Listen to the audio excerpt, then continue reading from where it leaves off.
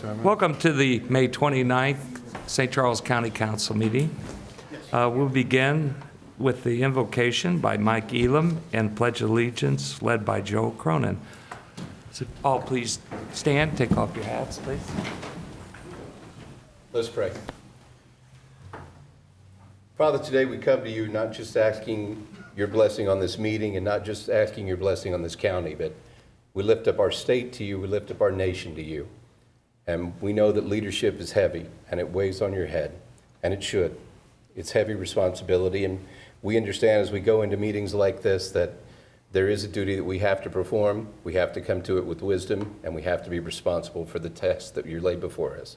So, Father, we pray for our country, we pray for our state, and we pray for this meeting, that you'll give us the wisdom that we need, and that you'll be with us as we make these decisions. We ask all these things in your name.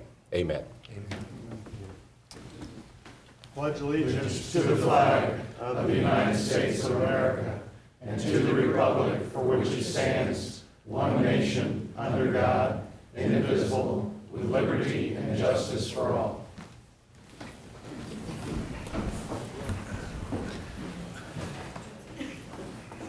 Roll call, please.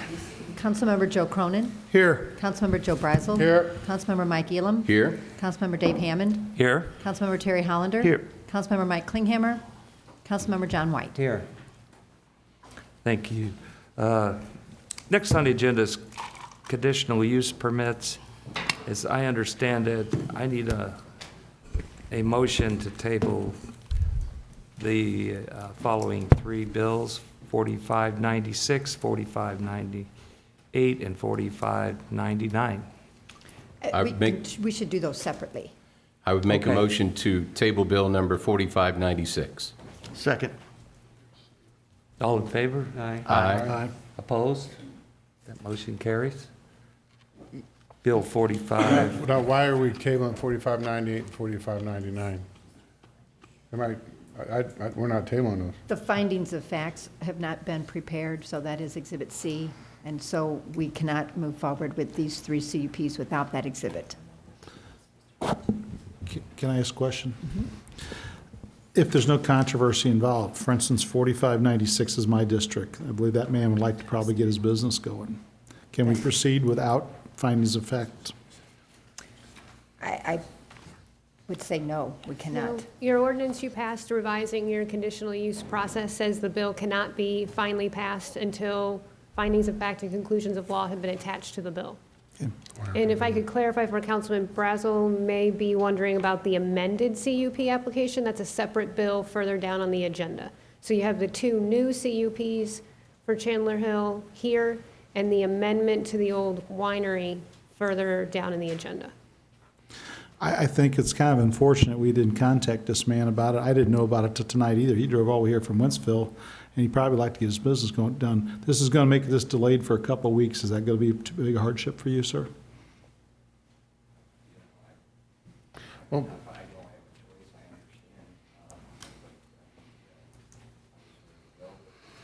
Yeah. well, I'm sorry. I am sorry. I would have notified you had I known. Okay. well, why aren't the finding of facts completed?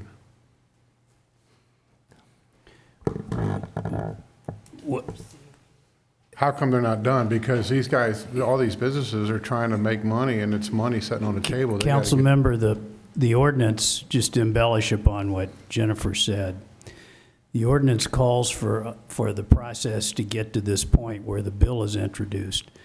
That then triggers a 5 business day period of time within which the applicant either indicates either I want to stipulate to the facts, or I want to have a contested case hearing, such as we had in the trash transfer situation. So you have to get to the point in time where there's a bill introduced. That triggers the 5-day period for the applicant to speak up. My understanding is this gentleman has given every indication that it's going to be a stipulation, but we have to let that 5-day period of time go by. That 5-day period for this particular one has closed, and he has submitted his stipulation form. I think when we talked through what this new process would look like, I think the counselor's office was very clear at the time that this likely adds time between your first reading and second reading of the bill, because you're taking up that process that used to go and occur potentially at the circuit court. You're now putting that portion of time now. So these will be longer, and I don't think there's a county councilor who's dedicated to just writing conditional use permit findings of fact.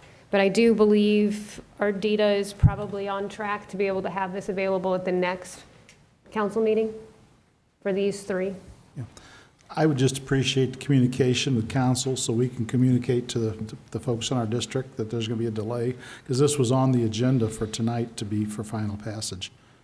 I agree with that. I also agree that some of these, we might want to, I understand that we're following our own ordinances, but this being new, I think is negative to business on these simpler CUPs, and I don't think it's necessary, but that's something we can have another conversation on. Yeah. So I would make a motion that we table bill number 4598. 4596, isn't it? We already did 96. Yes. I second that. All those in favor? Aye. Those opposed? That motion carries.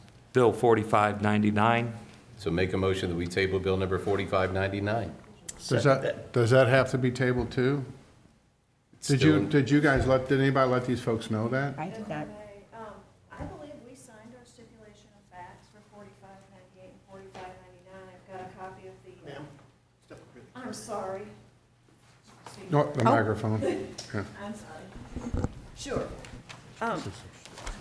I believe Chandler Hill has signed its stipulation of facts for bills number 4598 and 99.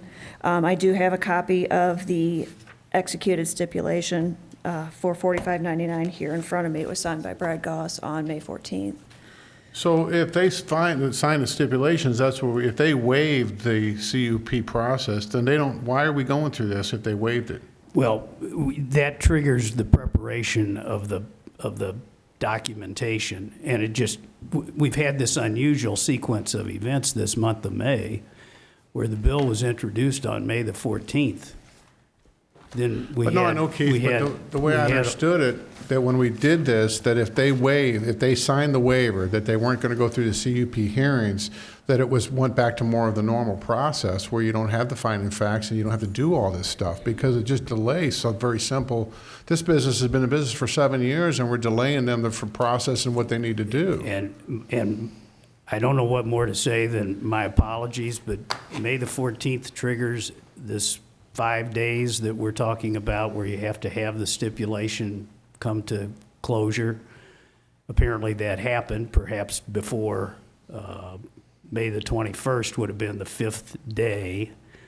But in any event, what I'm saying is we've got this unusual timing going on in the month of May where it's just hard to get the documentation done for all three. This will happen every month. You have a timeline in which you've had 5 days for a party to stipulate to the facts. That gives essentially 4 business days before your agenda is published for the next meeting. So that county councilor's office has 4 days to write these documents for every single CUP that you have. So you're saying So- it won't happen all the time, just when there's a holiday on Monday? Is that? No, this is very likely to happen, and I think Yeah. I'll go back if you want me to and pull out all my pretty drawings on my timeline saying if you make this decision on how you want to handle CUPs, this is going to be the impact of that.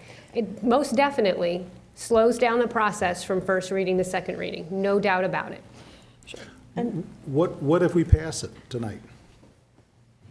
I mean, if the finding of facts are, finding facts are going to be irrelevant anyway because there was no opposition. I think you should adhere to the dictates of your ordinance. Let me answer your question that way.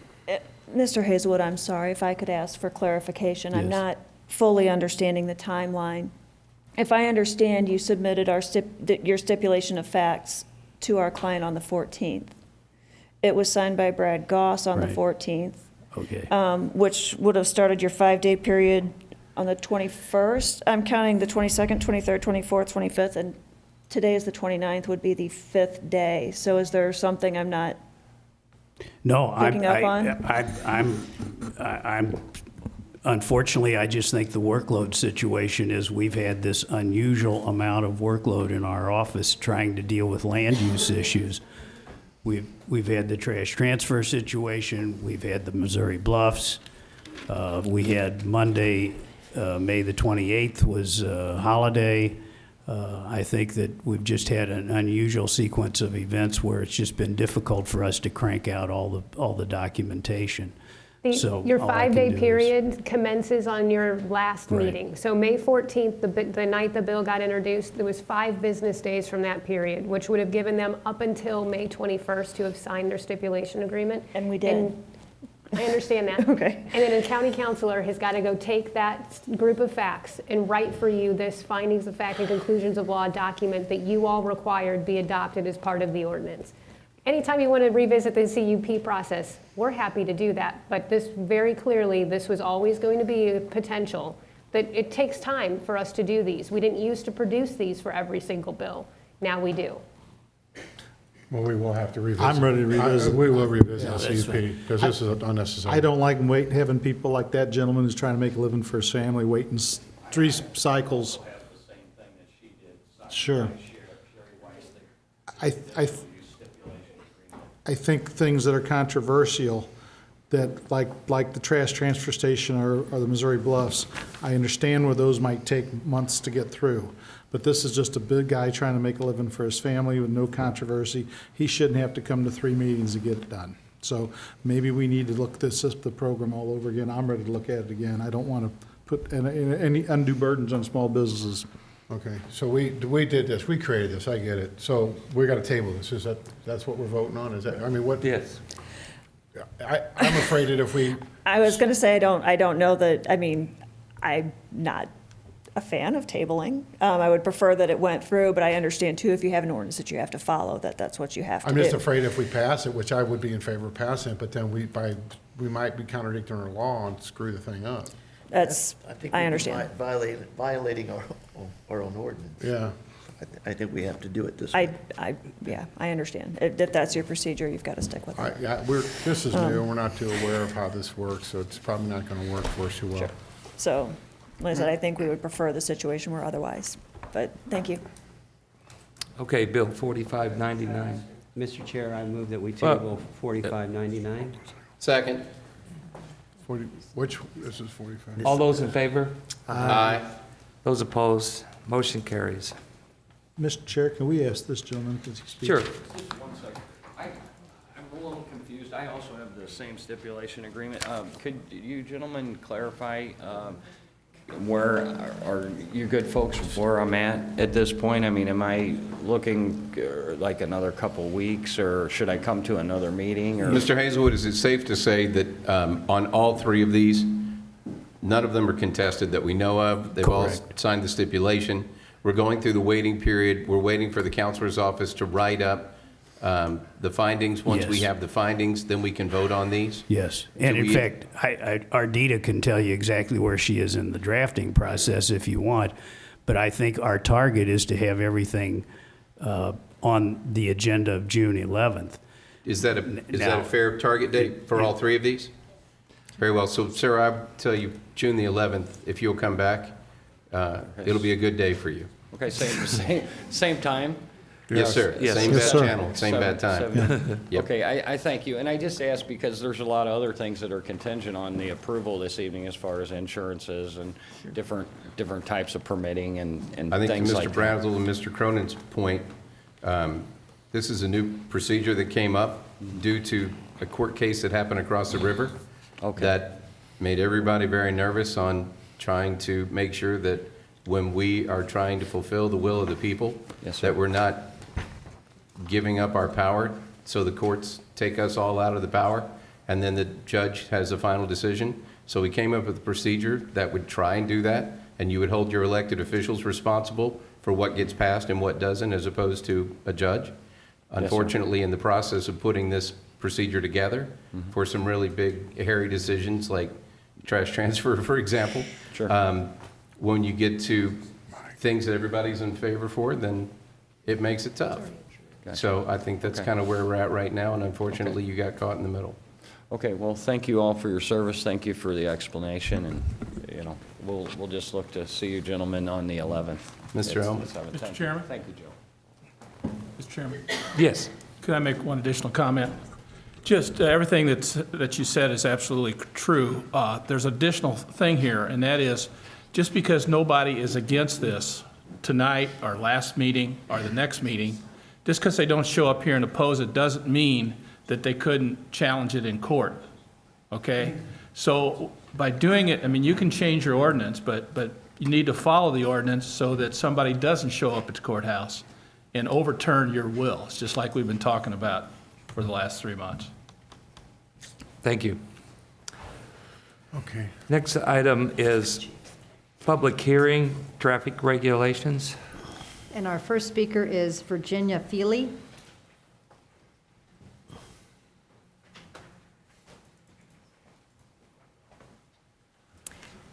Good evening. I'm speaking in favor of the proposal to to limit parking on the west side of Hampton Road.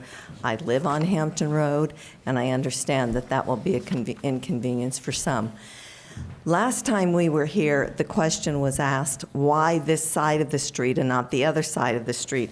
And I printed out some maps. Do you folks have access to maps of the area in question? We do. Okay, so the reason the east side was chosen, my understanding from the board, is that on the east side, the first thing is there are fewer units that would be affected by this change.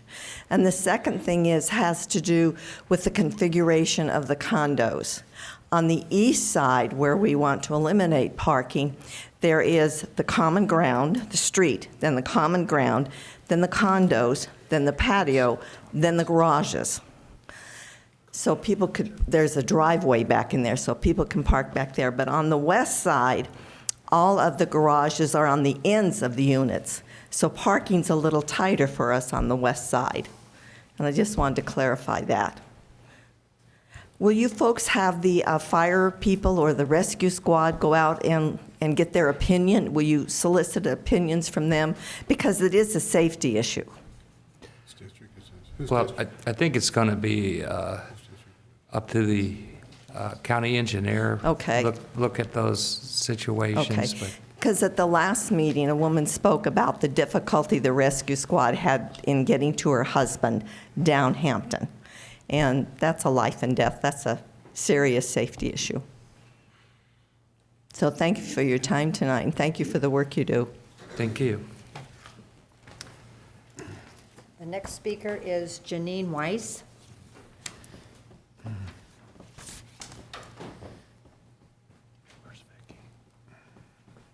Hello, my name is Janine Weiss, and I am a resident of the Addiston Place neighborhood, which is where we are proposing to put a stop sign near 1325 Mason Grove.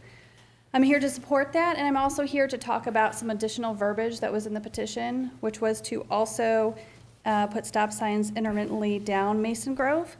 I live at Morrow Glen Court, right at the corner of Mason Grove and Morrow Glen, and it's probably the second to the last street off Mason Grove.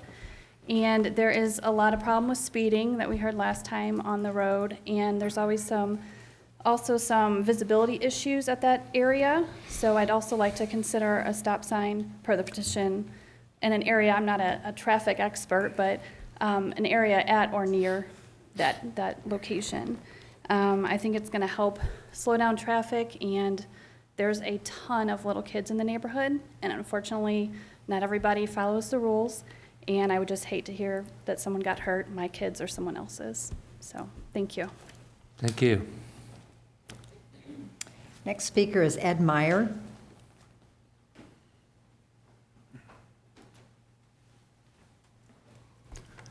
Hi, my name is Ed Meyer. I'm president of the Patio Homeowners Association at Heritage Landing.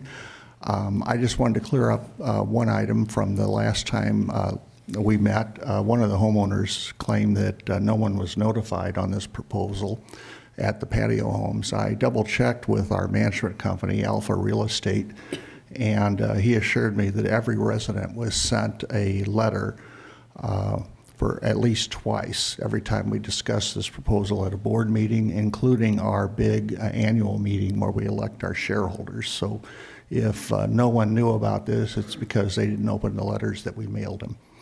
And I guess in the past year, after listening to residents, the pros and cons of parking on one side of the road on Plantation and Hampton, The one takeaway I have from all this is probably one of safety. Residents assured me that when we have a situation where we have full-size pickups parking opposite of each other on Plantation or Hampton Road, they have difficulty getting even compact cars up and down the streets between the two full-size pickups, or if there's a full-size pickup and a large car, full-size car parked opposite of a full-size pickup. They assure me that if there's a situation where a fire truck has to get through or an EMS vehicle, they probably wouldn't be able to do so. So far, we've been lucky that that situation hasn't happened, but it looks like this might be an accident waiting to happen or a crisis waiting to happen. So hopefully we can address this before something like this happens. I think it's an idea that whose time has come, frankly. And if for no other reason, I think it's probably a safety issue. There's probably pros and cons on this, but I think ultimately it comes down to a safety issue, this one. Thank you very much. Thank you. Jennifer Yule.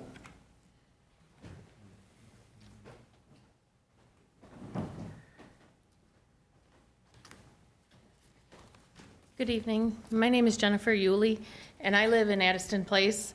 I'm actually at 1324 Mason Grove, which is right by where we're proposing to put a stop sign.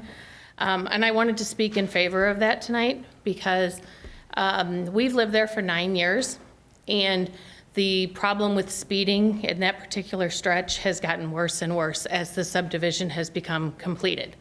I believe we only have 1 or 2 lots that aren't finished now.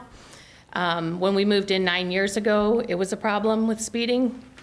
Right at where we want to put the stop sign is at the bottom of the hill that comes into our subdivision. You come down the hill, and if you don't touch the brakes, you can get up to 45 miles an hour by the time you get to my house. I have children. Several of my neighbors have children. They play we have a bump out cul-de-sac right there. They play ball. Nobody coming down the street, either way, up or down, can see a child that's playing in that cul-de-sac. And so we've been so blessed up until this point that nobody has been hurt. And I would really hate to see somebody be hurt. Now that we have 150 houses, you know, that's a lot of cars going in and out, up and down in front of our house. So I just wanted to speak to you about putting a stop sign there. Thank you so much. Thank you. That's it for traffic regulations. Okay, we'll go ahead and close the public hearing for traffic regulations, and we'll open up public comment. And the speaker that I have is Elizabeth Lum. That was me from earlier. I think we're okay. I have no more cards. Since there's no others, we'll move on to oral report from the county executive. Yeah, Mr. Chairman, I'd like to introduce the county's CALEA manager, Tom Persich. He's going to introduce a very distinguished law enforcement officer from the region who also happens to be a CALEA board member, and I think he has something he wants to give Chief Todd.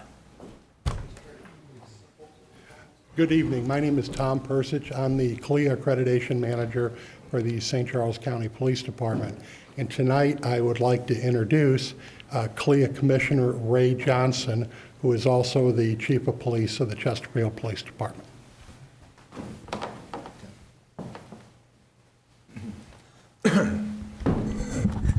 Thank you, Tom. County Executive Ellman, Mr. Chairman, members of the council. I'm very pleased to be here this evening to make a very special presentation to your police department. As indicated, I'm Chief Ray Johnson from Chesterfield, your neighbor right across the river. And I do serve also as a commissioner for the Commission on Accreditation for Law Enforcement Agencies, or CALEA. And it's really in that capacity that I'm here tonight to make this presentation. So on behalf of CALEA and our executive director, Mr. Craig Hartley, and our president of the commission, Mr. Craig Weber, I want to thank you for giving me a little time on your agenda to make this presentation to the St. Charles County Police Department. If I may, just a little historical perspective on CALEA. CALEA was created back in 1979 when the 4 leading law enforcement agencies of that time came together in recognition of a need to develop some professional standards for law enforcement to assure that the agencies across this country were providing the highest level of services to the constituents that they serve. And since its inception, CALEA has been accrediting agencies under those standards, which were developed at that time by some of the best public safety practitioners and leaders of our time. These standards cover a wide range of administrative, operational, and logistical issues and serve as a modern management model that provides the framework for recognizing professional excellence within public safety. And the goals of CALEA are very simple. It's just to assure that the highest level of services are being provided to our residents and those who we serve, including the agency's staff. And I can think of no better forum in which to present this award to the police department other than a public hearing like this, so everyone can realize and share in the recognition and accomplishment that this agency has achieved in becoming accredited. The certificate which I'll be presenting clearly represents the agency's successful efforts in achieving accredited status and indicates their willingness to change wherever necessary to effectively address contemporary public safety concerns. It represents a commitment to doing the right thing and doing it the right way. It represents adherence to a professional code. And lastly, it represents an ongoing dedication to ensuring the agency's resources are appropriately developed, effectively deployed, and constantly managed, all of which is in the name of a safer community for the residents, the workers, visitors, and others which your county serves. In December of last year, professional CALEA assessors from as far away, I believe, as Florida, visited your police department and reviewed the agency's files, their policies, their procedures, their activities, and their management strategies. After a thorough review, the assessors prepared then a report indicating that they had confirmed the agency was, in fact, in compliance with all applicable standards and that the agency's personnel were supportive of the accreditation process. They also made several comments regarding the report, several comments within the report regarding the preparedness for this assessment that they found on arrival. And with a relatively new agency, generally I would be surprised with that, but I have to be honest and say I wasn't surprised because I know your accreditation manager, Tom Persich, and I've worked with him in his efforts in accrediting the St. Louis Metro Police Department a few years back and bringing them to not only law enforcement accreditation, but their communications system accreditation and their Law Enforcement Basic Training Academy accreditation, and by which then they achieved the TRIARC status of a law enforcement agency. So Tom does a great job, and I knew when it was in his hands, he would do the same for your agency here. That report then was forwarded to the CALEA Commission, and then at the Commission meeting in Frisco, Texas in March of this year, the commissioners reviewed the assessor's report, concurred with their findings, and presented the agency to the full commission where a unanimous vote to accredit was given. This is a St. Charles County Police Department's first or initial accreditation award, and that's quite an achievement, it really is. Of course, it's important to the agency, but I think one of the true values in law enforcement accreditation is to the public that we serve. And just a couple of analogies, if I may, real quickly. Anyone who is preparing to undergo some sort of medical procedure or surgical procedure, I'm sure would prefer to have that performed at an accredited hospital. Likewise, anyone who spends 4 years working toward a higher educational degree would prefer that degree be from an accredited university. So the question then is, why wouldn't we all want our police departments to be accredited also? But even taking it one step further, one of the things that I used 15 years ago to convince my city that accreditation was appropriate and necessary for us, it comes down to the people that we serve. You know, in most walks of life, we and all those we serve have choices.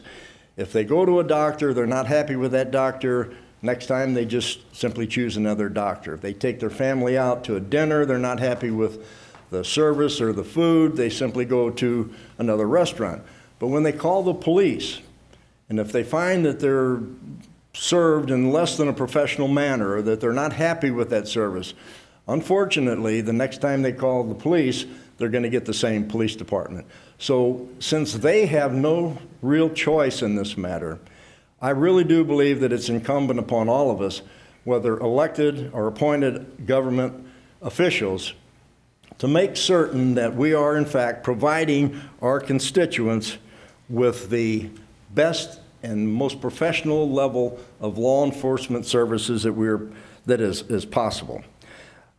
So this recognition tonight for the St. Charles County Police Department signifies, confirms, and validates their professionalism. It assures your citizens that their police are properly equipped, are properly trained, and that they adhere to a set of professional standards and a set of internationally tried and proven best practices in law enforcement. This recognition bestowed on the St. Charles County Police Department is a stamp of approval, but I assure you it is not a rubber stamp. It is something that is not easily achieved. And to put it really in perspective, of the 18,000 plus state and municipal law enforcement agencies across this country, less than 7% will ever be CALEA accredited. Although many try, it is not an easy accomplishment, and they are certainly to be commended on all the hard work and the dedication and perseverance that they applied in achieving this standard. So I want to commend Chief Todd and his staff, and I personally want to thank each and every one of you for your support of their efforts. So at this time, I would like to invite Chief Todd and, of course, Tom Persich and any of his staff that might be present to come forward and receive this accreditation award.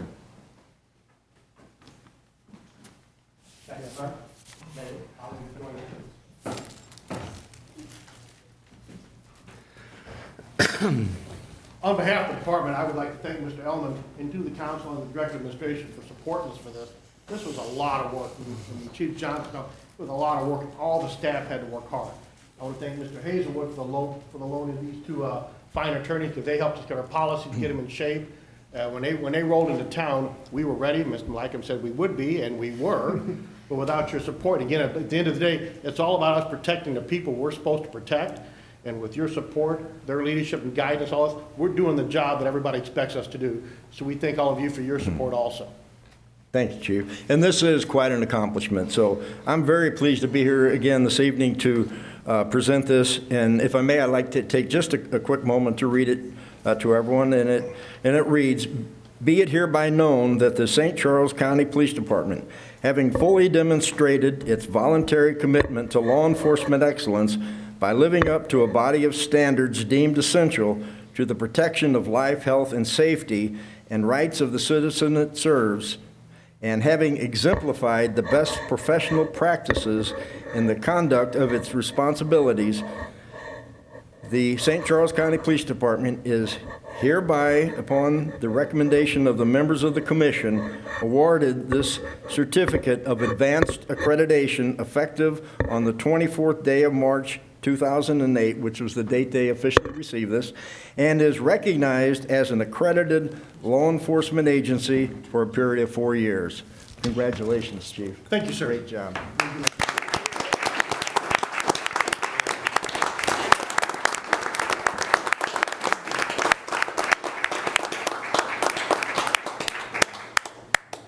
Come on, Marie, today.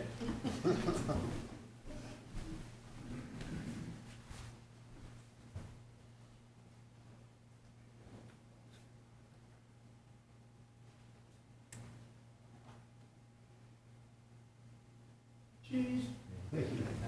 Thank you. Congratulations, guys. Good job, Chief. Good job.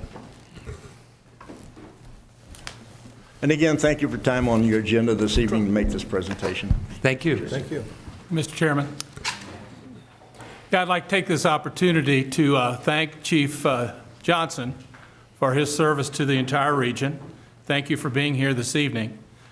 I know that you probably in the past have worked closely with Chief Todd and our departments, and I want you to know we're looking forward to working with you in an even closer way when Chesterfield secedes from St. Louis County and joins us. So thanks again for being here. Thank you very much. Mr. Chairman, I'd like to have Vicki go ahead and take the rest of my time and make a short presentation on what happened in Jeff City during this session. Okay.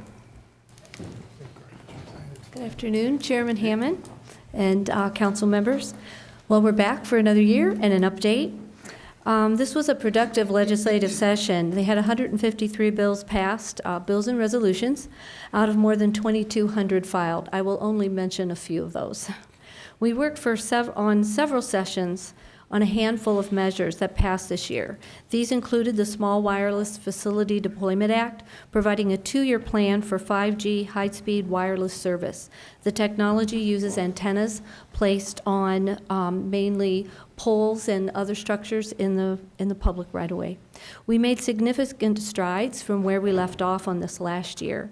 Assistant County Councilor Greg Dorman served as a lead attorney for us, and he provided amendments that were incorporated into several areas of the bill, and Greg did a really good job for us. Senate Bills 793 and 800 require that by the year 2021, no one under 18, unless certified by the court, is to be detained in a jail or other adult facility. We worked to ensure that the state acknowledged its obligation to cover the extra cost to counties for their local juvenile facilities. House Bill 1355 included provisions to address State Department of Correction goals to reduce recidivism and avoid building more prisons. Again, funding was a concern for us. We addressed this with language included in both the legislative and the appropriation bills to secure the county's ability to continue the current reimbursement calculation. The 911 Emergency Services Bill was passed after maybe 9 years of effort up there. It provides a 2-pronged funding plan to improve services and push for system consolidations. Part 1 of this is that a 3% charge will be added to each retail purchase of prepaid wireless communication service for 4 years beginning January of 2019.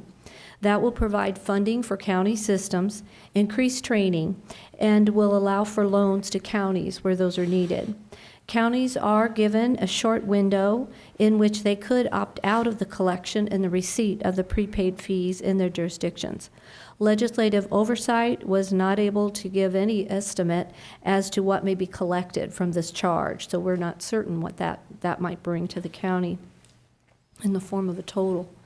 The second part allows counties with voter approval to replace their existing 911 telephone charge or sales tax with a monthly fee of up to $1 on any communication service or device enabled to contact 911.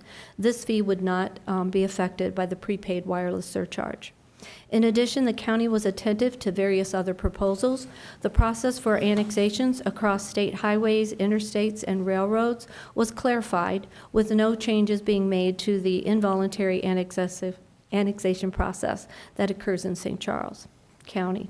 While the state expanded reciprocity and passed reforms for state licensing of occupations, we worked to keep our limited local business permitting and licensing provisions in place, and those provide consumer health and safety protections for our county residents and for visitors to the county.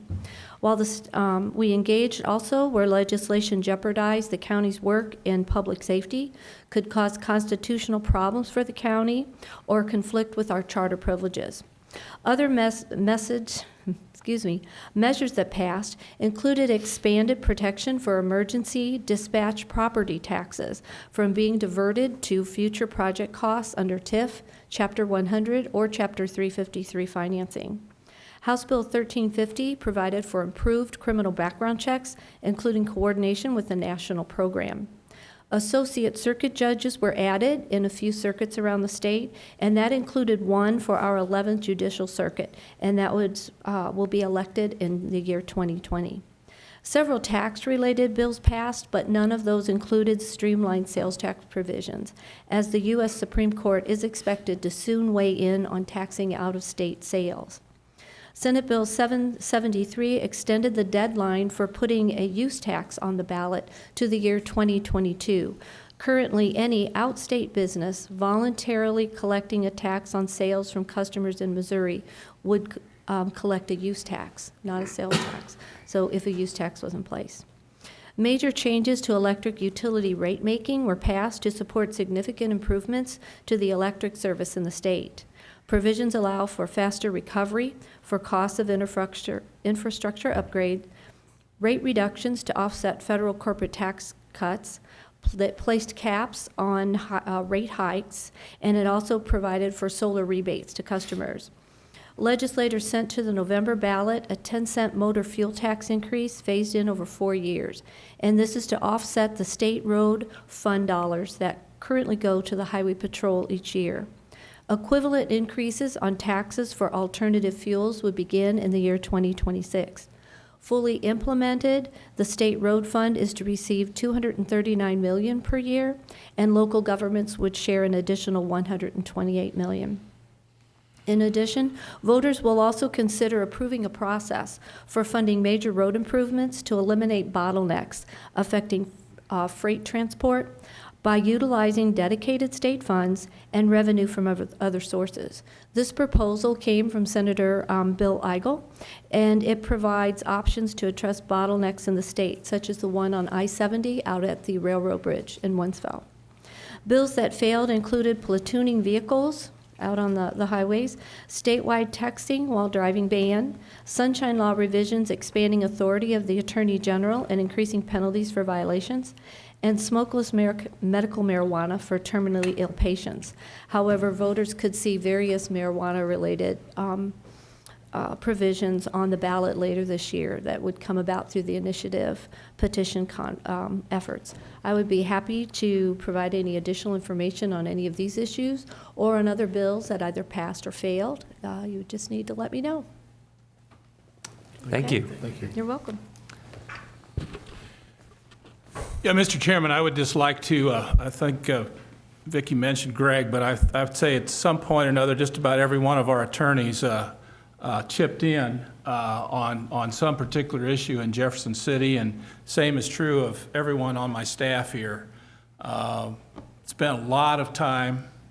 Everybody had their own expertise, but Vicki was she was the ringleader, and there was days she had a 3-ring circus going on. She was working on 3 different bills at the same time with 6 different people in this building, and we had some great outcomes, but even more important, we always knew what was going on, whether we were winning or losing, and what we needed to do to make sure our people knew how we felt about things that were going on in Jefferson City. So thank you, Vicki. That's all I have, Mr. Chairman. I'd like to say, Steve and Vicki, I appreciate you guys keeping us abreast of those items, because that helped when you sent me that annexation bill. I forwarded it to several senators. I know you guys did too, and made them very aware of it. And it would have totally eliminated the Proposition S that we passed in the county, that passed by, I think, 78%. It would have avoided it when the local people already spoke. And the senators, and Bob said they were trying to sneak it in under something else or something, and they caught it and they eliminated it, which would have been really problematic for us with the way we want our county to grow systematically rather than spot and donut holes and all this other stuff. So thank you guys for keeping us informed on that kind of stuff. Any other comments? I have one. Yeah. In today's paper, I think it's Mr. McKenna, he's the chairman of the Missouri Highway Commission. He mentioned that if the fuel tax got increased, one of the projects they were going to look at first was the 6170 interchange out in Wentzville. And you've known from comments I made before, that's like the number one transportation issue, I think, in this part of the county anymore, especially in my district. So I was really encouraged by that, and I hope the voters will agree to give up 2.5 cents a year. Okay. We've got a work session tomorrow afternoon at East-West Gateway, and that's my number one thing that I want to make people aware of. With all the logistics that are going on here, including Amazon and FedEx in our county and what's going on in Wentzville and Hazelwood and across the river, the Highway 70 corridor, which includes 270 and 370 and 70 West, that's like the main street for trucking in this area. The problem is it's got bottlenecks on both ends.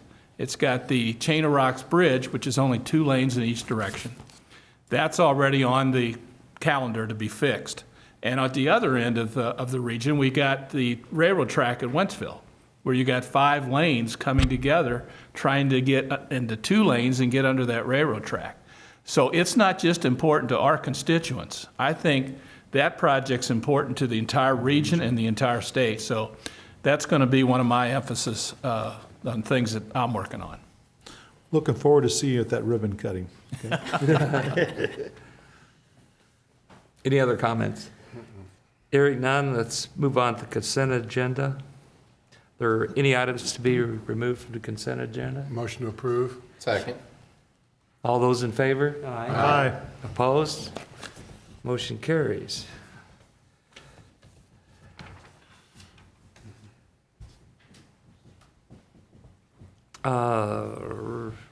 Next is resolution number 8. Actually, the next item is We the need to- tabled consent agenda item. Oh, I missed that. Make a motion to remove the table consent agenda item on Parks and Recreation. Second. All those in favor? Aye. The motion carries. And then we'll need a motion to replace what's currently there with the amended agreement. Sorry, make a motion to replace what's currently there with the amended professional services agreement and replace it with the amended agreement. Second. All those in favor? Aye. Opposed? Motion carries. That was just for the. Now we need to vote on it, I Yep. believe. We just replaced You it. We didn't amended it, vote. so now you need to vote on it. All those in favor? Aye. Opposed? Motion carries. That item is approved. Now, Resolution 1804. Okay, hold on a second, Dave. Councilman All Brazel you will have to be do is ask presenting for it, this but- resolution. Ask for the video to be played, and he will. Okay, well, hold on, click it guys, over. don't play the video yet. You guys are all familiar with the Hero Award. It's honor and exemplary residents officially. And we give this out, the council members can give this out, the staff, anybody can make recommendations or nominations to the council, and then we honor the St. Charles County residents. So today, we're proud to acknowledge Haley. Why don't you come up here? And we'll play the video, and thanks Mary and the Communications Department for putting this together, because I wouldn't have known anything about this, but this is one of our proud young residents in St. Charles County. We'll play the video, because that really explains it well, and then we'll go from there, okay? Go ahead and play the video.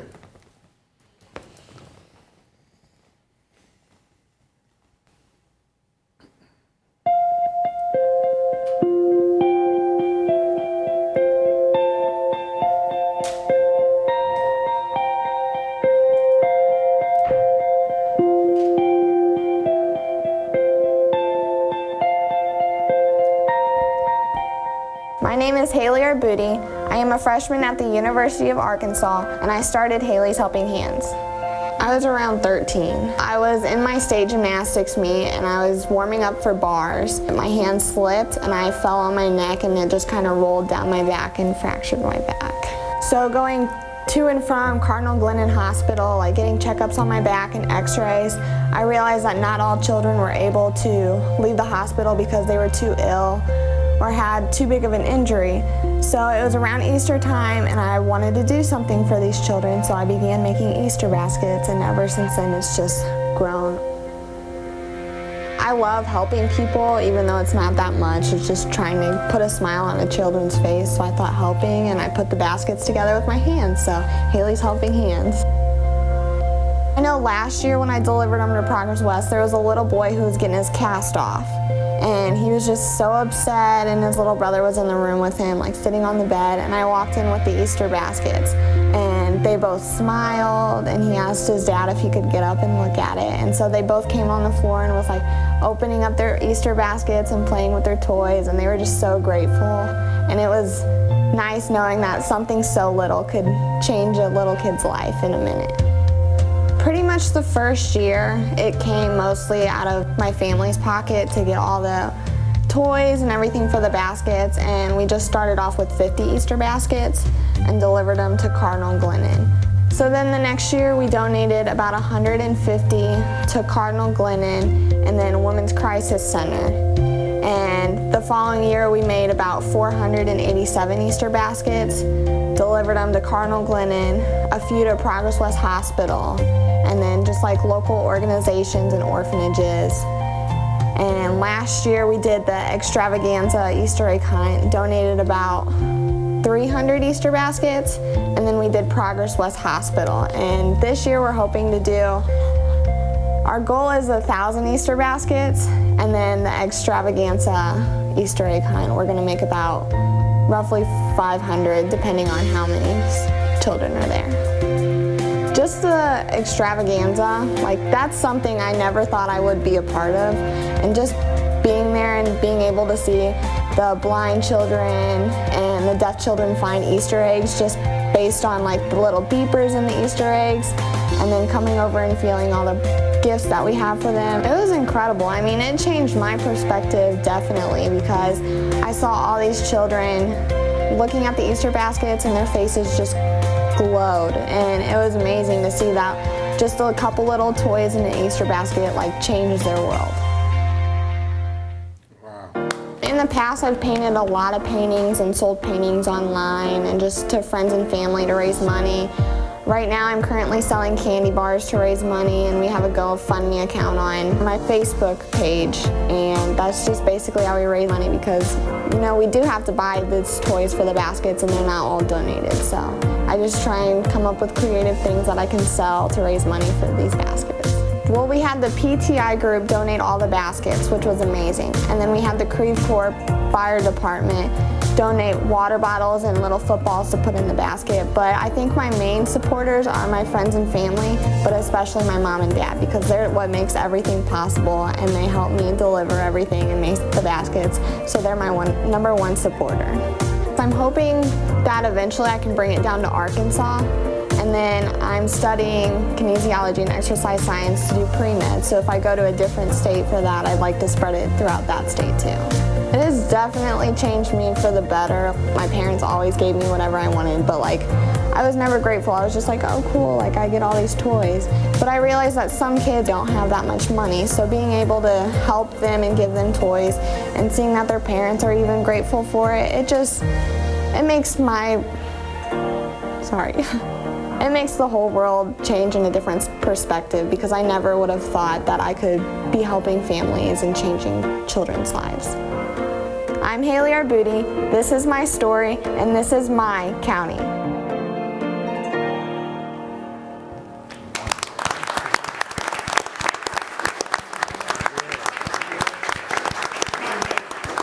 And this isn't even all about Haley. Haley's been involved with us on many incidents, helping us with many things. She's not taking the credit that she deserves. When she comes in low-key, she comes in, does her wonderful thing with her family, and she's gone.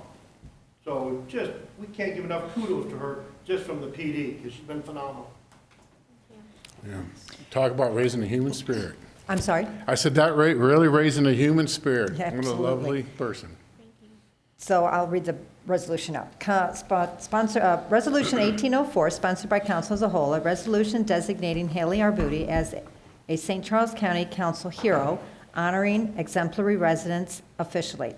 Whereas the St. Charles County Council wishes to acknowledge citizens who demonstrate exceptional caring, generosity, and thoughtfulness through their contributions to lifting the human spirit while neither acting in the capacity of appointed board member, candidate, or elected official, nor receiving compensation for their public-spirited actions. And whereas the designation of hero, honoring exemplary residents officially by the St. Charles County Council, serves to publicly honor such individuals.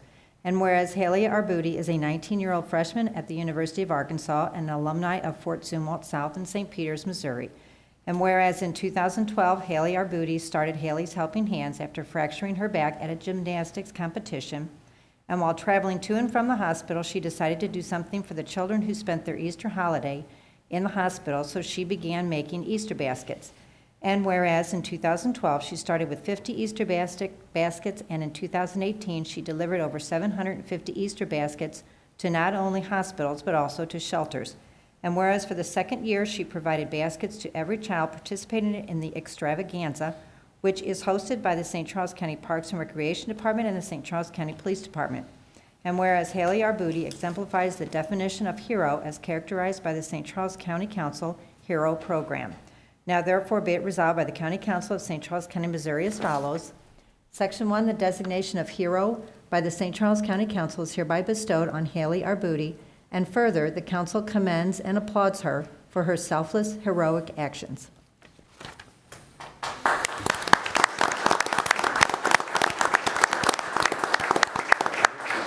Do we vote? We vote for, we vote? Yeah, we could certainly do that. No comments or anything? You want to vote first and then go? Okay. A resolution designating Haley Arbuti as a St. Charles County Council hero, honoring exemplary residents officially. Councilmember Cronin? Yes. Councilmember Brazel? Yes. Councilmember Elam? Yes. Councilmember Hammond? Yes. Councilmember Hollander? Yes. Councilmember White? Yes. Let's take some pictures up here. You, Mom and Dad, you guys want to come up, or? Yeah. Well, why don't you guys join us? You guys want to stand up? We are Sure. working on a court order prohibiting her from moving to Arkansas. Chief, why don't you come up too? It's another great example of all the best people are Razorbacks. You know, you gotta love it when you have University of Arkansas people, you know? Don't do that. That's not CALEA compliant.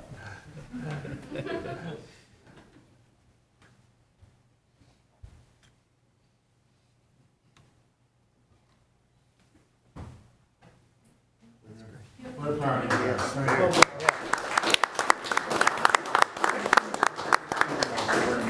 Thank you. Very, very special. You're welcome.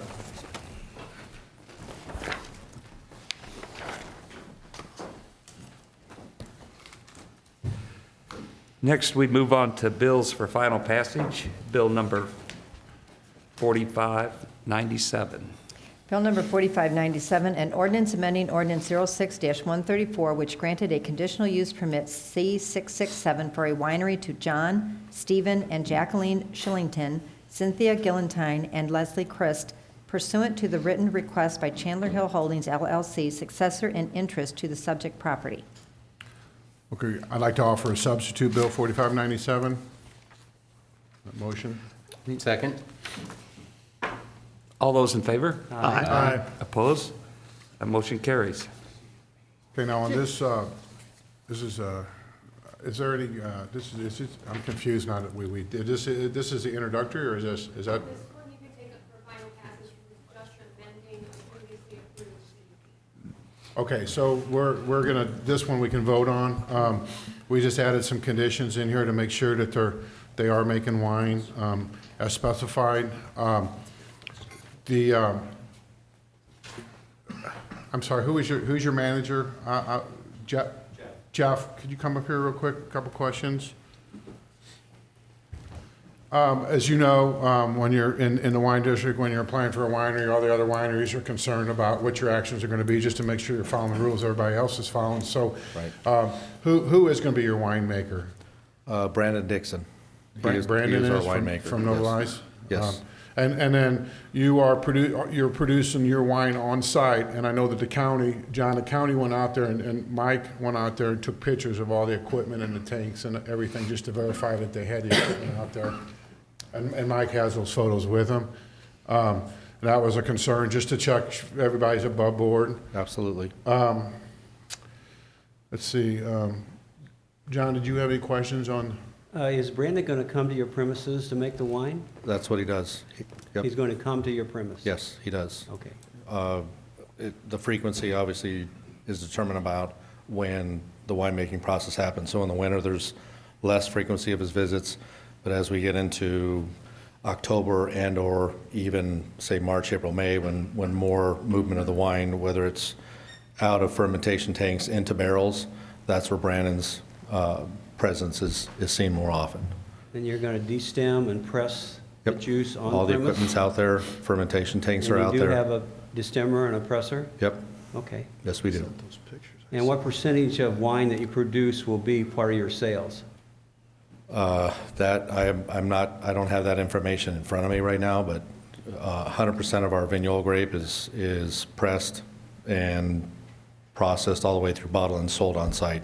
But my question is, 100%. what percentage of on-site wine is part of your total sales? 50%, 50%? maybe less than that. I don't have that number in front of me. I don't have that. Yeah, I'm sorry, unless I'm mistaken, that requirement of the wine being produced on site has been removed from your ordinance and is now being removed from our conditional use permit. The current ordinance requires, that a minimum of 200 gallons of wine be produced, that it be produced under a Missouri license, and that 50% of the wine, 50% of the grapes in the wine come from St. Charles County, and those conditions are being satisfied. Right. Yeah, let me reiterate, 50% of the grapes, yes, but of the total wine sales, I don't have that in front of me. But yes, we are producing well over 200 gallons. And then again, that percentage requirement of the total wine sales, I do not believe is in the ordinance. I realize that's a requirement, but just out of curiosity, I'm just curious what percentage of your wine that's made on premise is part of your total sales of wine? I'd have to gather those facts for you. Okay, all right. Well, as we had talked about a lot of these wineries earlier, and Mike produced a chart. All the CUPs, there's been so many CUPs on wineries given in so many different dates that they're all not consistent. So we're just doing, as you and I spoke, we're doing the best we can with trying to manage everyone's expectations, residents and the wineries, which this is something we're going to probably have to revisit. But I think Chandler Hill's been in business for approximately 7 years, I'm guessing. 10 years? Oh, my God. And Time flies. Yeah, it does fly, yeah. And so the fact that they were making wine and they're not making wine, so they're just trying to update everything. So they've been in business, they've been doing everything, but they want to just conform with what community development is asking them to do. And so this is something that really I'm in favor of it because they're just trying to get all their paperwork in place. So The only point I'm trying to make is that I myself am at fault for what we've done in the past, but we've diluted our wine industry. I mean, these good people are going to make wine, but they're also going to sell wine from all over the world. Country. All over the United States. Correct. So I believe that, I can't prove it, but I believe that the percentage of wine they produce on premise is a very small percentage of wine that they're going to sell. Therefore, I believe that it's unfair to all the other wineries in our county that produce 100% of their grapes on their own property. They are a true winery in what I believe a winery should be, which would be a winery that grows their own product and makes their own product on their property. That's my definition of a true winery. This, I don't believe, is a true winery. They do make wine, but that's a small percentage of what they sell. So I think somewhere in the past, we as county government have made a mistake in our wine industry. That's all I have to say. Sure, and I think, I'm sorry, if I could address that point. Could you move a little closer? Sure, I'm sorry, and I'd like to address that a little bit. I think first and foremost, as we've said, there's no longer a requirement in the ordinance for a certain percentage of the wine for sale to be produced on the property. I guess the second thing I'd like to address is whether you have any knowledge of the percentage of wines produced on other wineries that are sold on, or that are produced on that property. For example, and I don't want to call anybody out or to get anybody in trouble, but if, for example, if Balducci produces wine on their property, is that 100% of what they sell? So I think what I'm saying is it would be a detriment to our client to differentiate between what they're doing and what other people are doing, if it's all the same. We're not doing that. That's the mistake we've made in the past. We are not doing that. You have the same benefit of being called a winery as a winery that does produce all their merchandise on site and process it on site. You have the same privilege as they do. I'm not Okay. saying that, ma'am. Okay. Any other comments? Yes. I wish you the best of luck. You got a beautiful place.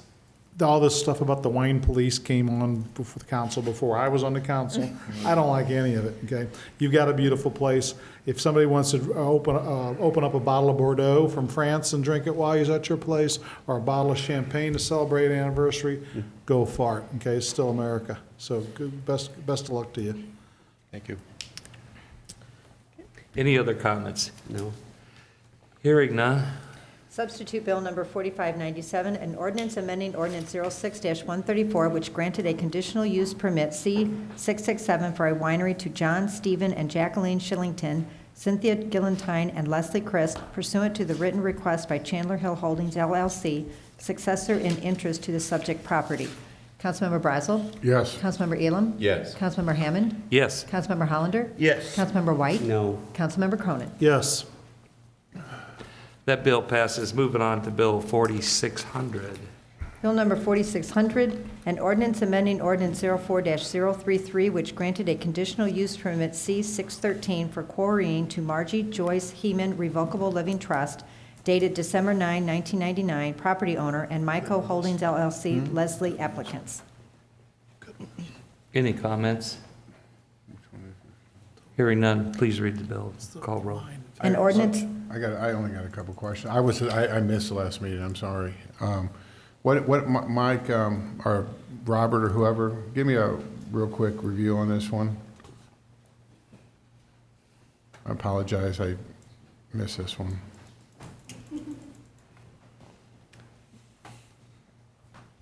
Good evening. So the quarry in question there applied for and was granted a CUP for the additional acreage that they bought adjacent to the existing quarry.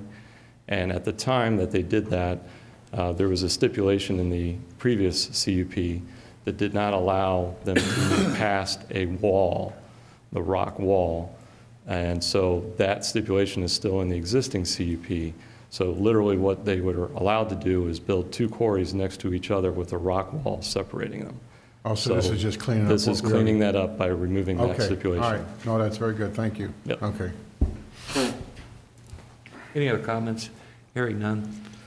an ordinance amending Ordinance 04-033, which granted a conditional use permit C-613 for quarrying to Margie Joyce Heeman Revocable Living Trust, dated December 9, 1999, property owner, and Myco Holdings LLC lessee applicants.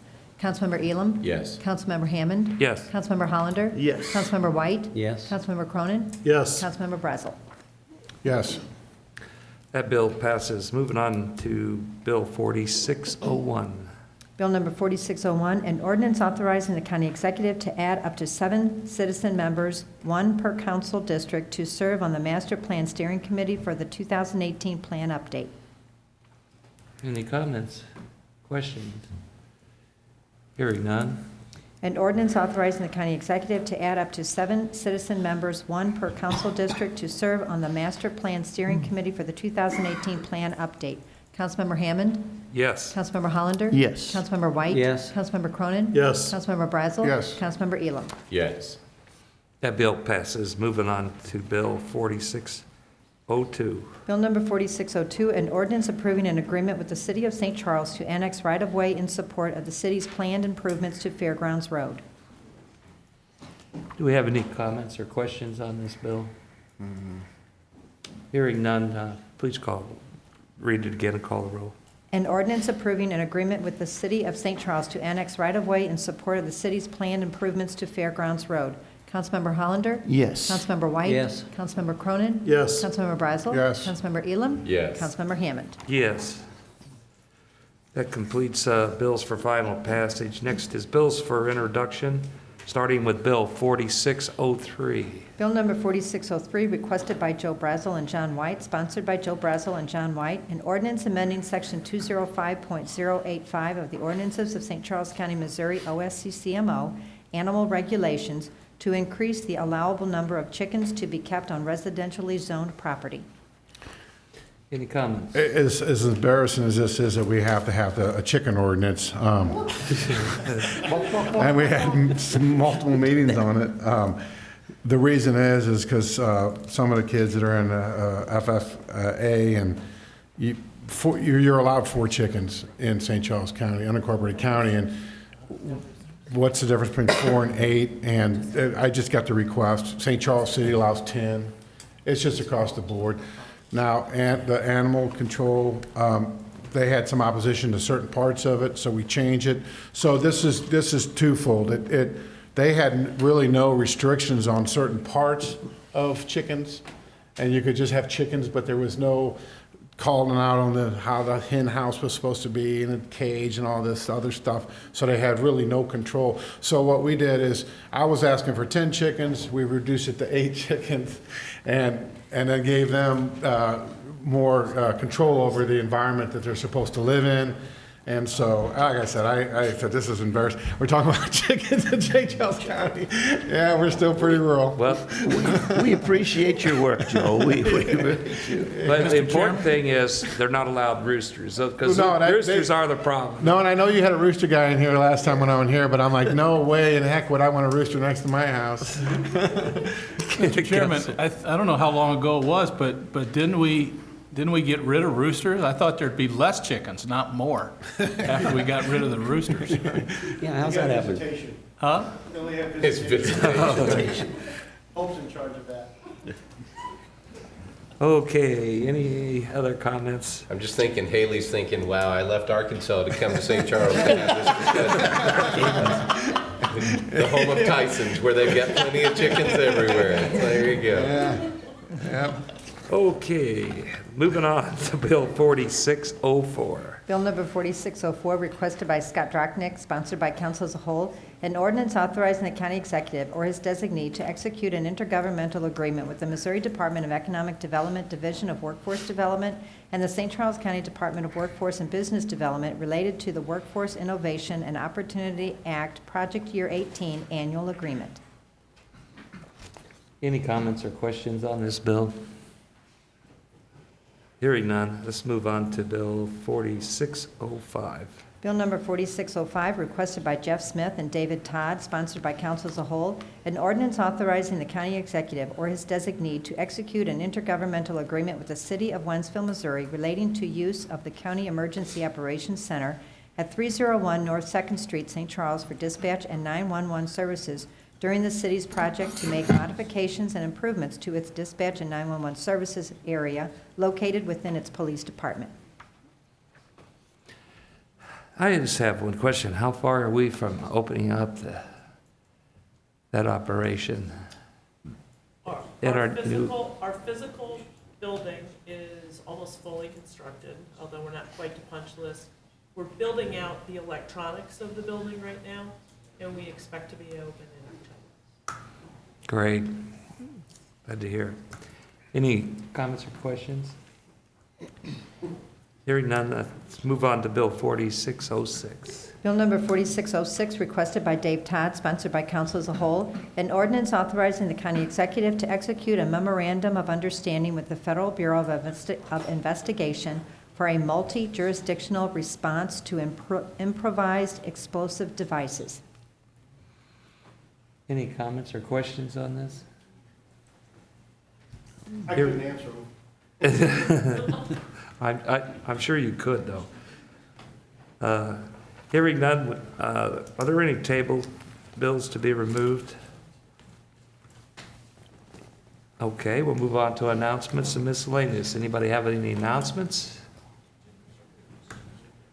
Motion to adjourn? Second. All those in favor? Aye. Aye. Opposed? Motion carries. We're adjourned.